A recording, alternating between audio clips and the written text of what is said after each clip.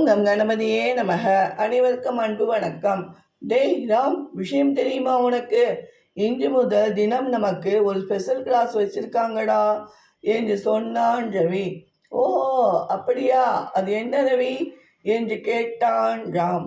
இதோ அந்த கிளாஸ் பத்மா டீச்சரே வந்துட்டாங்களே, அவங்களே சொல்வாங்கடா ராம் என்று சொன்னான் ரவி. குழந்தைகளே, இந்த வகுப்பில் நீங்கள் படிக்க வேண்டாம். நான் சொல்லும் கதைகளை கேளுங்கள்.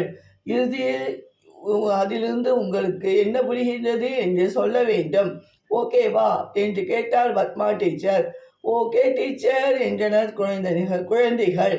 முன்னொரு காலத்தில் கந்தன் என்பவன் பக்கத்து கிராமத்திற்கு வியாபாரத்திற்கு சென்றான். அப்பொழுது போக்குவரத்து சாதனங்கள் கிடையாது. எங்கு செல்ல வேண்டுமானாலும் நடந்துதான் செல்ல வேண்டும். கந்தன் மனைவி கலா மதியம் சாப்பிட புளியோதரை வடகம் கட்டி கொடுத்தாள். மதியம் கந்தன் காற்றங்களில் புளியோதரை சாப்பிட்டு சிறிது நேரம் மரத்தடியில் படுத்தான். அண்ணாந்து பார்த்தான். அது நெல்லிக்காய் மரம். பக்கத்தில் பூசணி கொடியில் பூசணிக்காய் காய்த்திருந்தது. உடனே கந்தன், இந்த கடவுள் என்ன முட்டாளா? இவ்வளோ பெரிய மரத்தில் பூசணிக்காயும் சிறிய பூசணிக்கொடியில் நெல்லிக்காயும் காய்க்கின்ற மாதிரி செய்திருக்கலாமே என்று நினைத்தான்.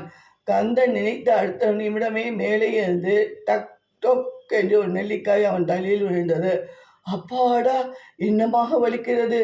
நல்ல வேளை, இந்த நெல்லிக்காய் சிறியதாக இருந்ததால் நான் உயிர் பிழைத்தேன்.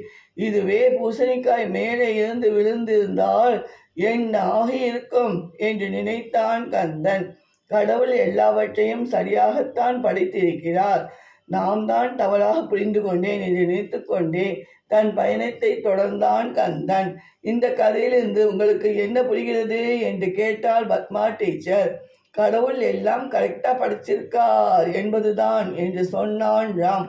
நன்றி, வணக்கம்.